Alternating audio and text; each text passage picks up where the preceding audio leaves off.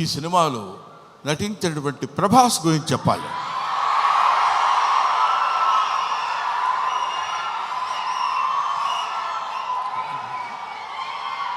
ప్రభాస్ అంటే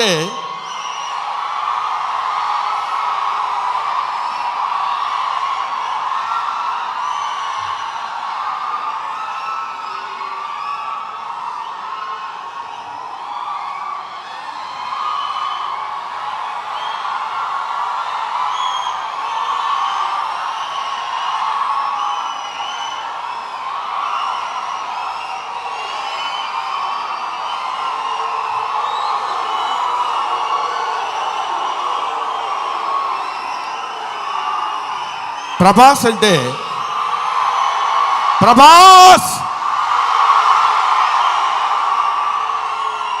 అది ఇంకా ఆపండి. ప్రభాస్ గురించి చెప్పాలి. ఈ సినిమాలో ఆయన ఒక ప్రపంచం గర్వించదగినటువంటి నటుల్లో ఇప్పుడు ఒకడు ప్రభాస్. ఈ సినిమాలో ఆయన ఎందుకు అంగీకరించాడంటే, సినిమాలో ఆయన డబ్బు కోసం అంగీకరించలేదు. ఏదో ఈ సినిమాలో ఒక అద్భుతమైన క్యారెక్టర్ చేయాలని ఆయన అంగీకరించలేదు.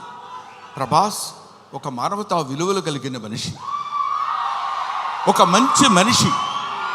ఎవరైనా ఏదైనా చేయిజాప అడిగితే కాదనేటువంటి వ్యక్తి కాదు ప్రభాస్. ఎవరైనా అద్భుతమైనటువంటి స్థితిలో ఉండి ఇది నాకు కావాలి అని అడిగినప్పుడు, ముఖ్యంగా ఆ విషయంలో చెప్పాలంటే మోహన్ బాబు గారికి అత్యంత సన్నిహితుడు. మోహన్ బాబు గారు ఎలాంటి వాడంటే, ఓ చిన్న ఆల్కహాల్ లాంటి వాడు, అలవాటైతే వదిలిపెట్టలేం. అలాగే ఎంతో మోహన్ బాబు గారి మత్తులో, మోహన్ బాబు గారి ప్రేమలో మునిగి తేలినటువంటి వ్యక్తి కాబట్టి ప్రభాస్ ఈ సినిమాలో చేశాడు. అరే మోహన్ బాబు గారి ఎంట్రీ చూశారు కదా, అతను స్టీఫెన్ కూర్చున్నాడు, మ్యూజిక్ డైరెక్టర్.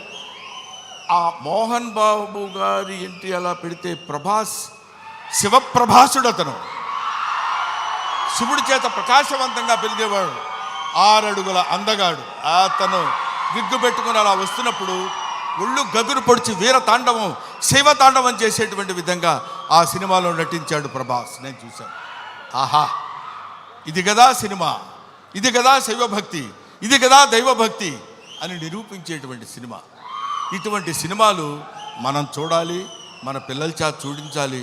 మన భక్తి రసాన్ని భారతదేశంలో పెంపొందించే విధంగా చేయాలని మనస్ఫూర్తిగా కోరుకుంటూ, ఓం నమః పార్వతీపతయే, హర హర మహాదేవ, శంభో శంకర.